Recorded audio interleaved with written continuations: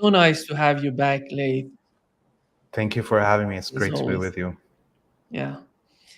And let's get started with the latest interactions between Israel and Hezbollah. We had a preemptive attack on Hezbollah, and later on, we had the response coming from Hezbollah. What do we know so far from these attacks?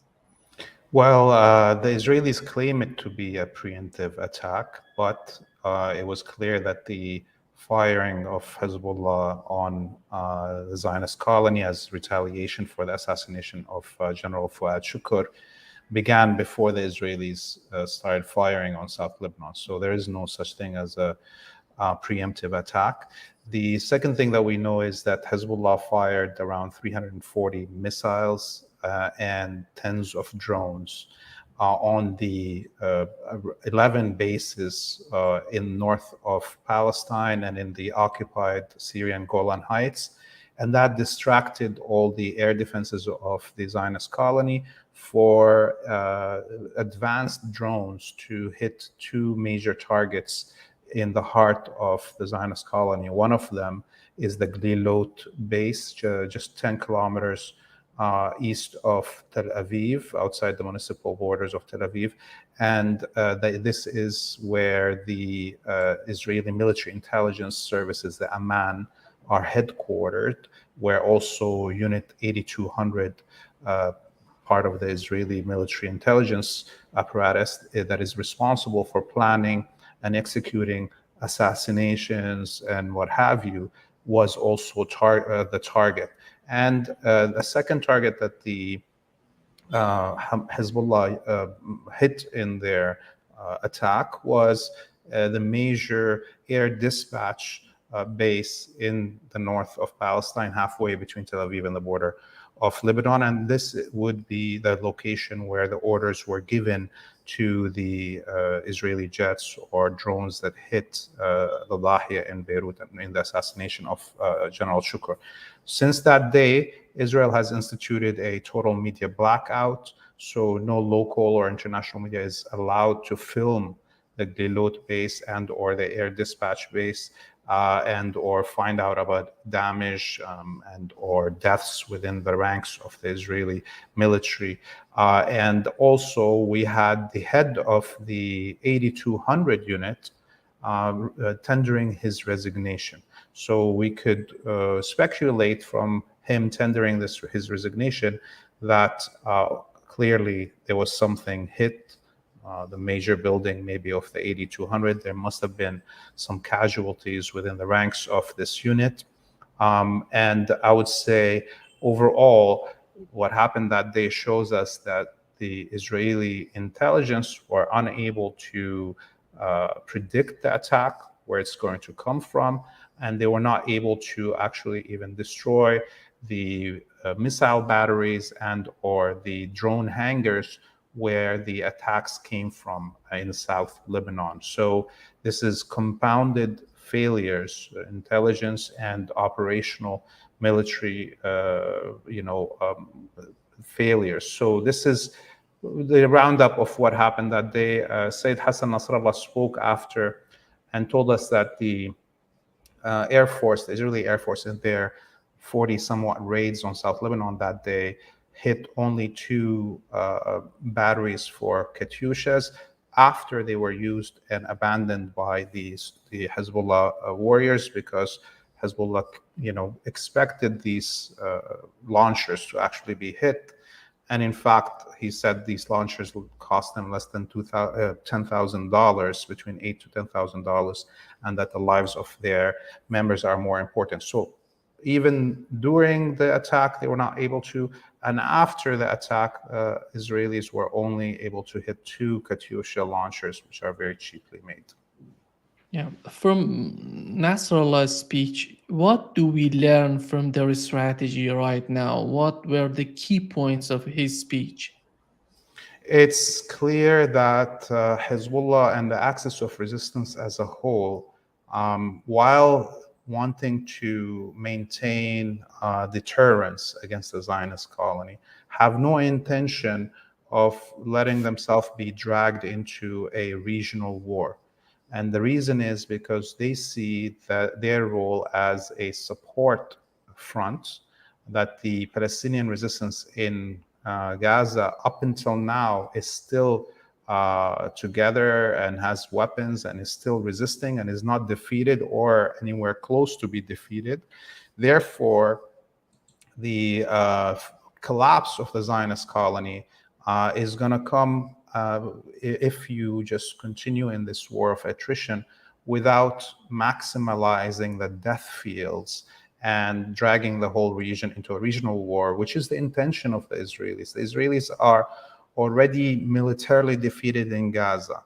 They are going wild in the West Bank over the last 6 days and still actually being kind of militarily matched in the West Bank. They're losing soldiers in the West Bank in these cities that are been under siege for decades also there. So if the axis of resistance is able to drag this on as a war of attrition, Israel will collapse internally. Now we see Netanyahu wanting to drag the US into this war because he knows he's defeated. The Zionist colony knows it's defeated, and it needs the US to directly come into this war to save off its collapse. So the axis of resistance is not falling for this trap. And we can see also a second thing about the strategy of taking time with the response. One was for building up the defenses of the axis of resistance in the eventuality of responding and the Israelis or the Americans hitting back, that you have to be ready for a hit back from the enemy. And the second was because they wanted to stretch the resources of the whole Western alliance, imperial alliance in the region. It's been now a month and a week or two since the assassination of Ismail Haniyeh in Iran, for instance, in Tehran. And we have, probably half of the navies of NATO still parked in the area, spending their money and wasting time and so forth. And all their resources and attention from media to intelligence is concentrated on this area. So that's in itself a war of attrition effort. And so when the attack of Iran comes, we should also expect it to fit the same kind of value that Hezbollah did. They will hit the parts of the Israeli military and intelligence services, security services that were responsible for the assassination of Haniyeh. They will, make sure to get deterrence back, but not fall into a full-out war. And again, we see because Netanyahu and the whole Zionist establishment wants to drag the region into a regional war, even those calculations by the axis of resistance may not work. The Zionists may provoke something, do something that will drag us anyways into a full-out war. Yeah, it seems that one of the reasons of bringing the United States into the conflict and having a bigger war with Iran and Hezbollah. On the other hand, recently we've seen that Netanyahu in his talk, when he was showing the map of that region, there was no West Bank in that. It's unbelievable. And it seems that he's going to do the same to Gaza if something big happens between Israel and Hezbollah or Iran. And this is the main goal in their mind. How do you think, and considering his latest talk, and he was talking about that we are going to remove Hamas totally, and how is the situation, how is the position of Hamas right now?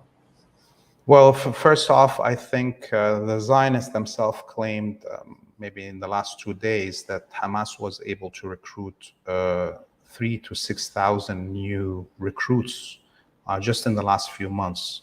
So there's Hamas's ranks, the military wing, the Qassam brigades are just growing. I mean, you have people that are in Gaza that are watching their children, their wives, their sisters, their brothers, their parents being slaughtered. Of course, Al-Qassam brigades will have a very easy time recruiting, and people will be running to it. to carry arms in order to defend their families and bring justice to their losses. So, no, Hamas is actually in a very good position.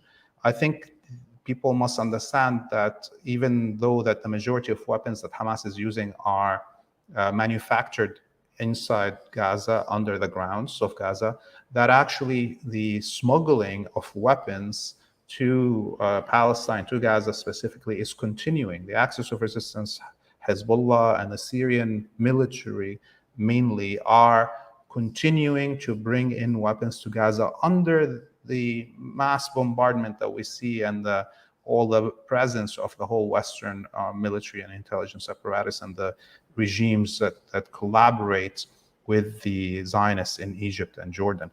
Even in the West Bank, there is a flood of weapons coming in, all thanks to the Syrian military and its revolutionary position on this situation. So, no, Hamas is not weaker. In terms of Netanyahu, his press conference that he held yesterday, this was one of the triggers of these mass demonstrations that we saw last night, the largest demonstrations against Netanyahu since the beginning of this war. And the other part of the reason that there was these huge demonstrations is because Abu Ubaidah, the spokesperson for the Qassam brigades, sent a message and a video saying that there is now a change in the policy of how the Palestinian resistance deals with Israeli prisoners of war. In the case of a situation where the Israeli military is close to getting to the location where these prisoners of war are, the order is to execute them immediately. There is only now two choices for these Israeli prisoners of war to come back to their families. One is through a exchange of prisoners of war deal. The other is in coffins. There's no third. There will be no more ability of the Israelis to free these prisoners of war. And the last 6 prisoners of war that included one of them being an American dual citizen that's served in the Israeli military, they were executed by Hamas. This is now the announcement that we had, and they released their videos, messages from these prisoners of war to their families before this Israeli operation, an attack on the location they were being held. And that, along with Netanyahu's press conference that clearly said that he doesn't care about the prisoners of war, that he's going to continue until the full destruction of Hamas, triggered these huge demonstrations. And we see how the messaging of the resistance is actually more effectual on the Israeli public than even Netanyahu's attempted, graphics press conferences that he had. And about the West Bank being missing from this map in his press conference, well, it's clear Netanyahu and with Trump as a president have annexed the West Bank, and they are have an approval to genocide the Palestinians in the West Bank, ethnically cleanse them like they are doing in Gaza. It started, by the way, today. The Israeli government is going to withdraw all the residency cards of all Palestinian refugees that reside from the West Bank that reside in Jordan. And so Jordan is going to suddenly find itself with close to 500,000 Palestinians being kicked out of the West Bank into Jordan, and that's going to trigger something. And this shows you how it's already in effect. The ethnic cleansing campaign is in the West Bank is already in full scale. Yeah. In your opinion, right now, how Hezbollah sees the pardon me, how Hezbollah sees the situation within Israel and the situation, because it's so important to understand what's going on right now in Israel in order to have a better strategy to confront them. Do they really understand? Do they really follow what's going on in Israel militarily and economically? I think, according to Israeli media, they say that there's nobody on this planet that understands Israeli society more than Sayyid Hassan Nasrallah, the Secretary General of Hezbollah. This is according to the Israeli media. They believe that Sayyid Hassan Nasrallah understands Israeli society more than themselves, okay, as media and their politicians. And so it's clear there is Hezbollah has think tanks, has units that are translating every Israeli media outlet on the minute by minute as it's coming out, and they're looking at how this society is eating itself up. They can, from where I'm sitting here, I can see a full purge being conducted by Netanyahu, for instance, that most people in the West don't understand what's happening inside Israel. Netanyahu, since the beginning of this genocide in Gaza, has managed to purge all the old Ashkenazi, quote-unquote, secular Zionists that founded the state from much of the government civil service and apparatuses, including in the Supreme Court that was, bothering him before October 7th. If our viewers remember, there was all those demonstrations before October 7th because his attempt to, take over the Supreme Court. Well, he did it during and since the October 7th, and nobody did anything about it. And now the religious Zionists, like the Ben Gvirs and the Smotriches, are in control of all the civil service and the Supreme Court and the judicial system.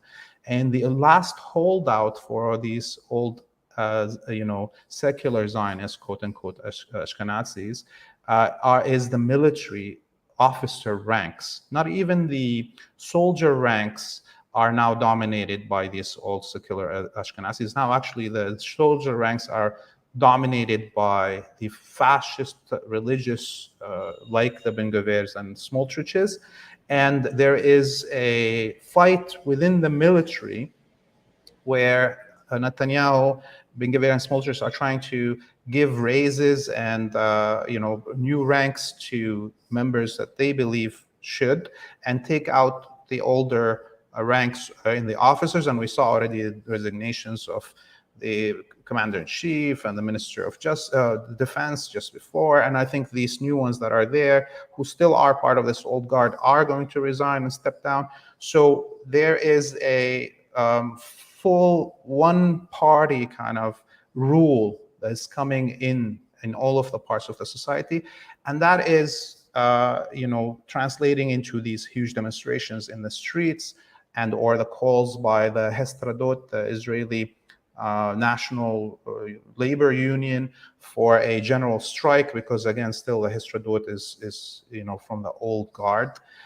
So this is going to play out in the streets of the Zionist colony, and as we're seeing, it's becoming more and more violent. And at some point, within the military specifically itself, there is going to be only two paths forward. Either the old guard steps down and doesn't fight, and it's going to be all the Netanyahu Ben Gvir kingdom inside the military, or there's going to be a mutiny and a coup. There is no third way possible, and we can see this playing out, by the way, in the diaspora of the Zionists. This fight is also intensifying. Yeah. The other thing that we've learned today, that Israeli army is moving their forces from the Lebanese border to the West Bank, in Jenin, in the north of West Bank. And what's the importance of this move, and what they're doing there, and what's their strategy? Why do they need to do that? Well, there now the Israeli military and security apparatuses declared the West Bank as an active war front. So now this is the only second war front that they are categorizing as such, which means that we are at war in the West Bank. It's not just like military operations on and off. No, this is going to be a full-out war. And if you look at the videos coming out on Free Palestine TV, we have now a reporter that's producing daily 2 to 3 reports from Jenin and the area around it. You can find all of that at freepalestine.video on the links to our social media. But what you can see there is a deliberate targeting of this cluster of towns and cities in the northwest of the West Bank, around Jenin, Tul Karim, and Nablus, and a total destruction of all of the infrastructure. For now, almost 100% of all the streets, electricity, water, sewage, and telecommunications in the Jenin area and the Jenin refugee camp area are destroyed. They are targeting journalists directly. Yesterday, we shared this video of Israeli snipers firing at a car with journalists that was gathering at the location, going to a location to film in Kfar Din, in just outside Jenin. And they are also targeting ambulances. We showed a lynching of ambulance workers that happened, beatings of ambulance workers. And in fact, in Jenin itself, yesterday, the day before yesterday, the Israeli military driving a bulldozer started chasing journalists with the bulldozers to crush them, all filmed. And then when the journalists hid in a shop, they were jamming their bulldozer through the shop. They wanted to demolish the shop on top of these journalists. So because the Zionists are emboldened that the West has allowed them to kill journalists, kill medical workers, kill aid workers, along with the tens of thousands of innocent civilians in Gaza, they believe they can do that also in the West Bank. And they are right. The West will allow them to do that. We saw yesterday the spokesperson of the Foreign Affairs in the US, first off, denying this idea of the map and refusing to say anything about what the operations are in the West Bank. Today, they started the Zionist operations around the south of the West Bank, around Khalil, Hebron, as it's called in English. And I think this is going to spread everywhere. So the Palestinians have now no choice but to militarily resist. And this is coming now, the calls from within the West Bank, calls on the Palestinian Authority to do something. There's national meetings of the Palestinian Liberation Organization that includes all the Palestinian factions except Hamas and Islamic Jihad that are voting right now to carry arms in the West Bank. And, you know, they're Fatah, which is the party of Mahmoud Abbas, the Palestinian Authority president, will have no choice if the Palestinian Liberation Organization, which they are part of, votes on this, but to follow suit. Yeah. And the other conflict, the other important tension that we are having right now is in the Philadelphia corridor at the south of Gaza. And it seems that the United States is trying to do its best to just bring down the tensions between Israelis and Egyptian government and Sisi. How do you think that at the end of the day, the Egyptian government would accept what Netanyahu and his administration is doing in that part? You know, right now, unfortunately for the Egyptian people, the proud Egyptian people, the government of Sisi is a total puppet of the West. They are not doing anything, and they will continue to do nothing until there's actually pressure within the country. But people are, of course, too scared to do anything inside Egypt because of the, you know, how ruthless the Sisi regime is. But I think if and only if there's a regional war that breaks out, that there is hope of change in Egypt. In a situation of a regional war, there will be big question marks on what is happening inside the Egyptian military itself. That's the only hope for any change is inside the Egyptian military. Are there going to be a rebellion by officers like happened in the 50s that brought us Jamal Abdel Nasser, the liberator of the Arabic people. So this is where the Free Officers Rebellion is the only model that could bring us any change in Egypt. And on that note, Sisi is just landed in Turkey, in Ankara, just a few hours ago. It was a surprise meeting, it seems like. And I think it has a lot to do with what's happening at the Philadelphia axis and what's happening in the whole region as a whole. We saw what happened in Turkey, in the streets of Turkey just yesterday or the day before, I can't remember, when American soldiers were almost lynched, so that they were coming off an American ship that was patrolling the East Mediterranean and giving support to Israel. So we can see the streets in Turkey and Egypt are at a boiling point, right? And having these two vessels, puppets of the US, Erdogan and Sisi, meet together, the Americans must be also worried where these, because a lot of times even puppets, the thing about puppets is that when they see a ship sinking, they jump off.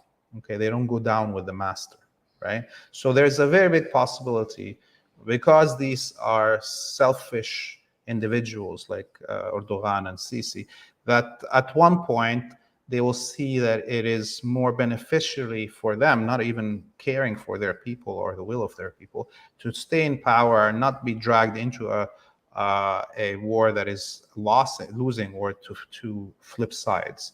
And that's, I think, will only, you see, all of these changes could only be possible with the steadfastness of the Palestinian people in Gaza and the heroic actions of the Palestinian resistance on the ground that is not allowing Israel to win this war. This is what's changing the whole region. This is what's changing the whole world, the steadfast resistance of the Palestinian people. Yeah.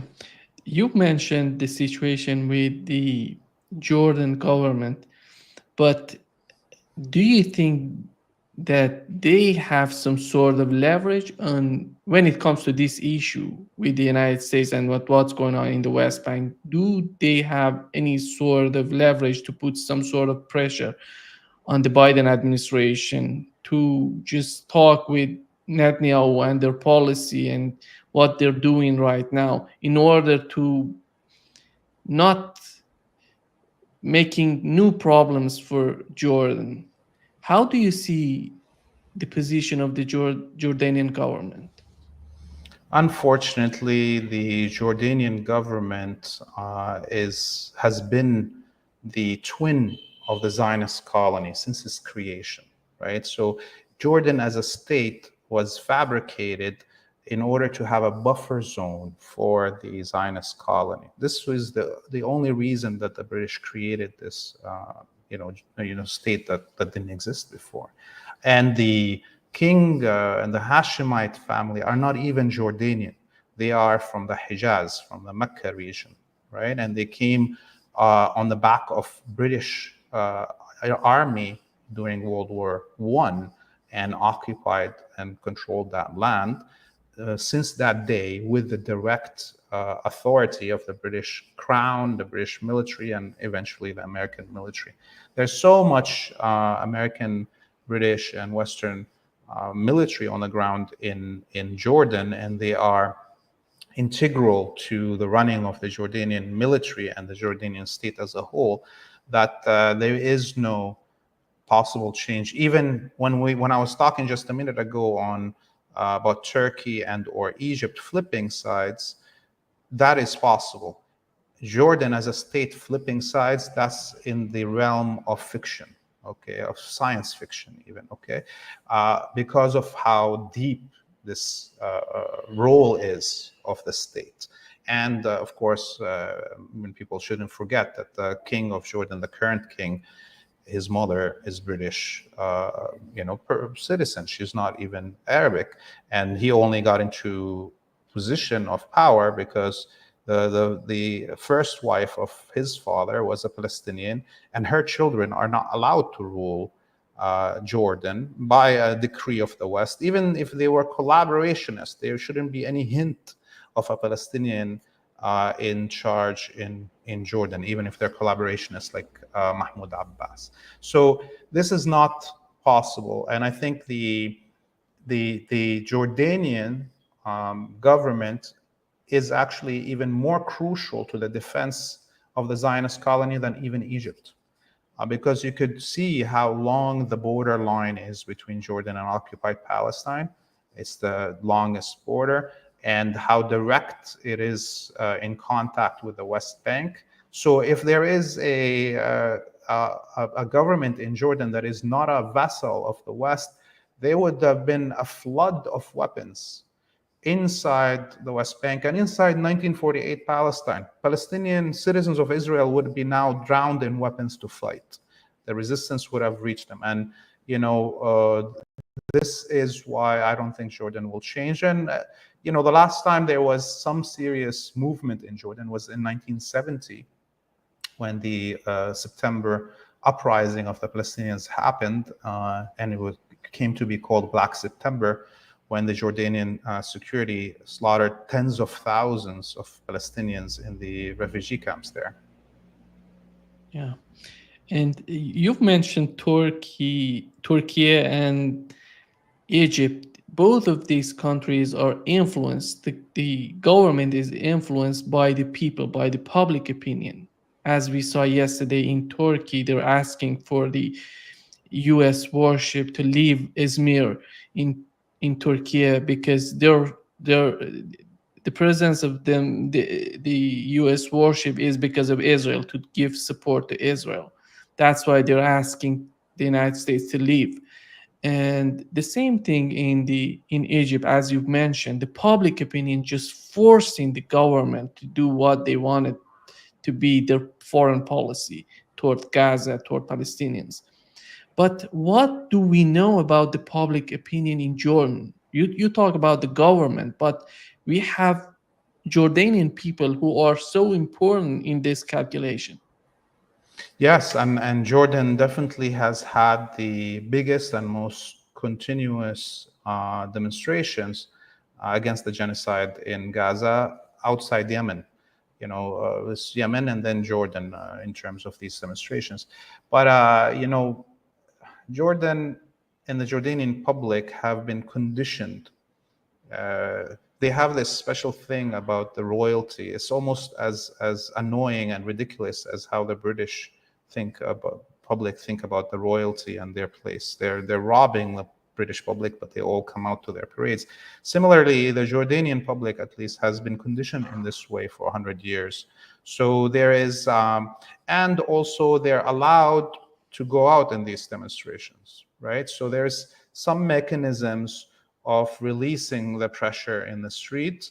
And because of the Arab Autumn and the killing fields in Iraq and Syria and Libya, a lot of people in the Arabic world, not only in Jordan, are worried about pushing for change. They're scared that it's going to be ending up like killing fields like Iraq and Syria and Libya. So there's multiple things that play at why number one, the Jordanian public doesn't become more radical.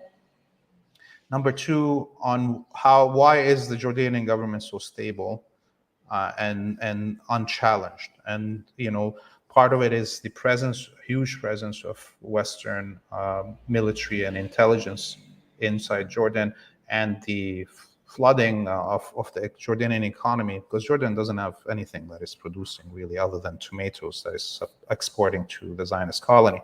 But the economy stays afloat through money coming from the West artificially. Those are all aspects of why there is, I think, no change possible in Jordan's position. Yeah. And the other thing would be, right now, how Iran and Hezbollah are thinking of the future of the conflict, because with the rise of Donald Trump in the United States, I think that they have to just modify their strategy, and they have to rethink, because we know that what would be the foreign policy of Donald Trump when it comes to Gaza and Israel. And we also know what would be the Kamala Harris foreign policy. She's trying to do just the same as the Biden administration was doing for more than 10 months in this conflict in Gaza. But and in this new strategy, we have to consider the role of Saudi Arabia and UAE, which were so close to the Trump administration in his first term. And right now, do you think that with the new talks between Iran and Saudi Arabia, between Arab countries and Saudi Arabia, are they capable of keeping the control over Saudi Arabia or keeping the friendship the way that wouldn't go the same way that we had in the first term of Donald Trump, just Saudi Arabia going against Yemen, going against Ansarullah and Houthis? Yeah, I mean, look, there is not much real difference between the position of Kamala Harris and Trump on Palestine. In fact, I would say, we remember Trump was interviewed a couple times in the beginning of this genocide about the situation, and he said he would have allowed basically the Israelis to do it all at once, end it. Okay, so that's really the difference. The difference is that Trump would want the genocide to happen as fast as possible, and he's fine with it. And the Democrats want it to happen incrementally and stretch it, and they want to pretend that they are trying to do something to stop it. That's the only difference, okay? Trump is the one that, declared the Golan Heights and the West Bank and East Jerusalem as part of Israel, right? So the Democrats also acknowledge it, but they don't want to admit it publicly. They want to pretend that they are still not fully on board with that while they're funding the building of the colonies in the West Bank, East Jerusalem, and the Golan Heights. So it's all about aesthetic. The difference between Trump and Harris, or the Democrats and the Republicans, is aesthetics. It's a method of propaganda. That's all. The aims, the strategic goals of the empire, the United States, is to remain as the hegemon in the world and to remain in control of the oil fields of the Arabic world and all the trade routes that pass through that land and seas around it. So that's a strategic goal of the empire. It's not the strategic goal of Trump or Biden or Harris, right? So what is going to change between these governments, or if they are in power, is the tactical choices that they will make to maintain the trajectory for their strategic goal. So I don't see a much difference in between the two. The other thing that I would say is that looking at what Trump did in his first term, we can see, that he is actually more public about his support of genocide and supremacy in general. So he's the one that assassinated General Soleimani and almost dragged the United States into a full war with Iran on behalf of the Zionist colony, right? He said even in interviews that the Israelis were supposed to conduct the assassination with the Americans because the Israelis asked for it, and that at the last minute, while the operation is almost on way, the Israelis withdrew because they were too scared of or according to him, too scared of the response of Iran. But in reality, they wanted the US to do it on their behalf anyways, just like now, they want the US to fight the war on their behalf. I don't see any change, no matter who comes into power in the United States, in terms of the fate of the people in Palestine and in the region as a whole. And just to wrap up this session, Laith, my question is this: is the Islamic world aware of what's going on and what's at stake if Donald Trump wins? Because of the position of Saudi Arabia and UAE, they're so important when it comes to Houthis, when it comes to Yemen and Ansarullah. How do you think, in your opinion, the Islamic world, I'm talking about Hezbollah, Iran, Sunni, Shia all together, would manage that? You know, the biggest corruption of Islam happened with the oil being found in these countries in the 1940s. And the funding of the Wahhabi cult that brought us Al Qaeda and ISIS. And that all happened at the order and behest of the British and the Americans. And the regimes in these countries cannot exist without the direct involvement of the United States and the UK before them. In fact, look at the UAE, Bahrain, Qatar. These were fabricated city-states that were created in the 1960s and 70s. Bahrain, when it was fabricated by the British, it had, I think, 45,000 citizens. That's it. It's like, one block here in Beirut. Okay. So these are not real states. These are imaginary states, as much as Israel is imaginary. And I personally say, don't even use the word Saudi Arabia. I say Saudi occupied Arabia, because there's an Arabian people and there's the Saud family, that the Saud family's name is imposed on the Arabian people. So like, imagine if we don't call English people or British people, we call them Windsorians, okay? Or Windsorian England, we'd call it, or Windsorian Britannia. That's the name of the state, okay? So these regimes, from their inception, just like Jordan, just like the Zionist colony, were client regimes that were molded to make sure to maintain the control of these offices. It's impossible to straighten a dog's tail, they say. You have to chop it off, okay? So, but looking at how scared these regimes are of Ansarullah and the Yemen and the whole axis of resistance, and looking at the fact that the U.S. Bringing half of its navy and the Western Navy is trying to fight Ansarullah and the Yemeni army, have lost the war. I think those regimes are scared. They see their master in the White House getting a beating, broadcasted on international news.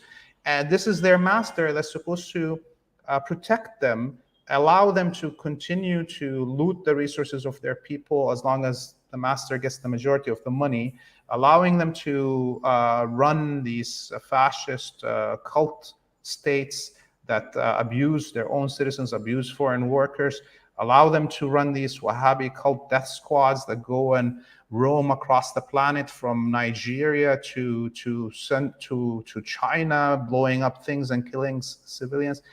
These regimes cannot exist because they themselves are an aberration in history on their own citizens. They're an aberration on geography. I don't think, again, I go back to the fact that it's possible that Egypt and or Turkey, flip sides, these are civilizational centers. These are societies that existed prior to colonialism. These are identities that existed prior to that. These are countries that had a history of being glorious leaders on the international stage, while little client, manufactured identities and states cannot fill that position ever. Yeah. Thank you so much for being with us today, Laith. Great pleasure as always. Thank you for having me. It's great to be with you again.